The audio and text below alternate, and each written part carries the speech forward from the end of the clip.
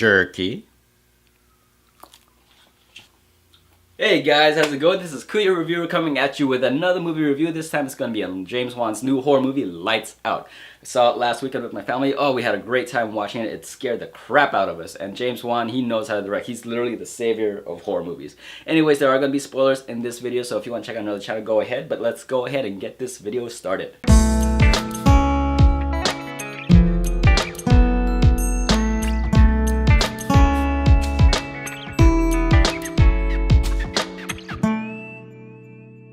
Alright guys, so story-wise, it was an amazing story. It was very short. It's more of a pop-up scare, so it's anything serious like his previous movie like The Conjuring, which that seems to be more of his baby right now. Simple story.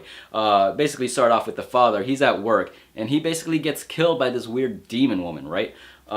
We come to realize that this demon woman is actually inhabited his wife. So the wife possesses this weird demon woman that's inside her. Is she possessed? I guess she's possessed, but we find out later in the story that this woman, the wife, she befriends a girl back when they were little kids and they were both in this crazy asylum thing. The mother had some sort of schizophrenic problem and she meets this one weird goth chick that basically burns in any form of light. Sunlight, LED lights, I don't know, incandescent lights, everything but like black lights. And that girl possessed the mother, or like did some weird hocus pocus juju thing and inhabited the mother's body. And already schizophrenic weird woman, right? Fast forward a few years later, the mother gets married, has kids. Of course, the father dies. The eldest child, the daughter, she's already an adult at this time and can't stand the fact that the mother's not even really trying to get better, not taking her medicine. She gets freaked out by the dreams and stuff about this horror girl, which she comes to realize later that it's actually not a dream. And then, of course, the father's dying, so she just leaves. She ups and leaves. The little boy, he's still like 7 or 8 or whatever. He's a smart little jit. But anyways, this little boy, he stays with the mother. He doesn't want to leave the mother's side. He knows that the mother, is also scared in a sense, and the fact that her husband just died and all that stuff. So he doesn't want to just leave the mother. He's a caring little kid. But he also doesn't want to stay at the house because he can't get any sleep. And the fact is because there's this weird woman, demon woman, that inhabits the mother's body that we had mentioned earlier, just like haunting him like crazy.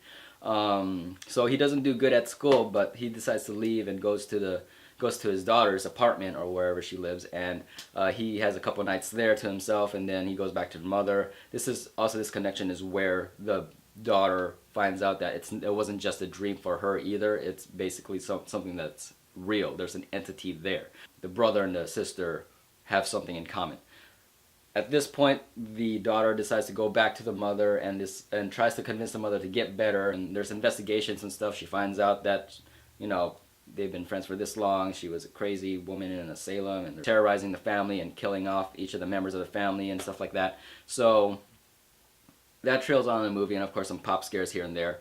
And near the climax of the movie, the daughter and the boy go back in the house and they spend the night with the mother, trying to, I guess, in a sense, rejuvenate her sense of feeling toward them. The mother's going through a lot, right? So basically they're there for the mother's support and trying to get that entity out of her. Trying to convince the mother that, you need to let this weird woman go, because if you don't let her go, you'll lose us. Of course, things go south and the whole house gets terrorized.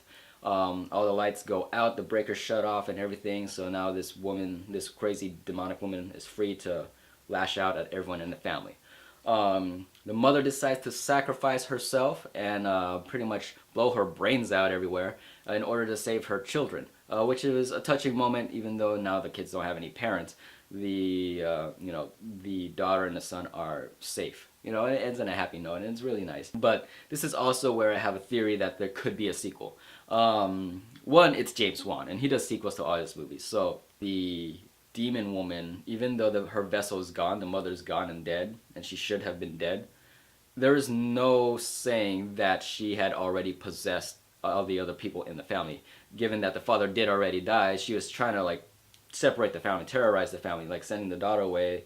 But in the same sense, if the mother were to die, she had already possessed the kids, then she has another vessel to go to. In Harry Potter, and you see Voldemort creating the Horcrux and all that stuff, and he lives on with the other items and whatever. So it'd be cool to see that interpretation in the sequels. This movie was really fun and it's really good. So if you haven't seen it, go ahead and check it out. It's a really good movie, and I wouldn't be surprised if there was a sequel. But if there isn't a sequel, I loved how this movie did, and it ended on a happy note. Yeah, that is my review for Lights Out. Hopefully you guys enjoyed this review, and I'll catch you on the next one.